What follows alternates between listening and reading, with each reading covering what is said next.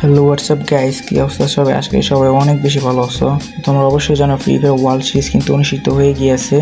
তো আমরা এখানে কিভাবে কি পারফরমেন্স করলাম সেটি আপনাদের সাথে আজকে শেয়ার করব।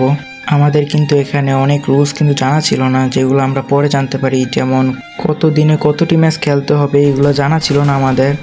যখন আমাদের টানা 15টা ম্যাচ খেলা হয়ে যায় তখন আমরা কিন্তু জানতে পারি যে একদিনে 5টা করে ম্যাচ খেলা লাগবে, একদিনে 15টা ম্যাচ খেলা যাবে না, তা না হলে আমরা কিন্তু কোয়ালিফাই করতে পারবো না। এবং আমাদের এখানে আরও একটা ভুল হয়ে যায় যে আমরা 18 থেকে 15টা কিল করে আমরা বই আনছিলাম প্রতি ম্যাচে, কিন্তু আমাদের দরকার ছিল 40টা থেকে 45টা কিল করে বই আনার। এবং আমরা যখন লিডারবোর্ড চেক করি তখন দেখি অনেক বেশি করে কিল করা হয়েছে। যারা টপার আছে তারা কিন্তু অনেক বেশি করে কিল করেছে। আর আপনাদেরকে আমরা রেজাল্টটা দেখাবো, তার আগে আপনার টিম মেম্বারগুলো দেখে নেন। এখানে কিন্তু আমরা নিয়াত ভাই ছিল, রাতুল ভাই ছিল, রাজন ভাই ছিল এবং পাপ্পারাজ ভাই ছিল।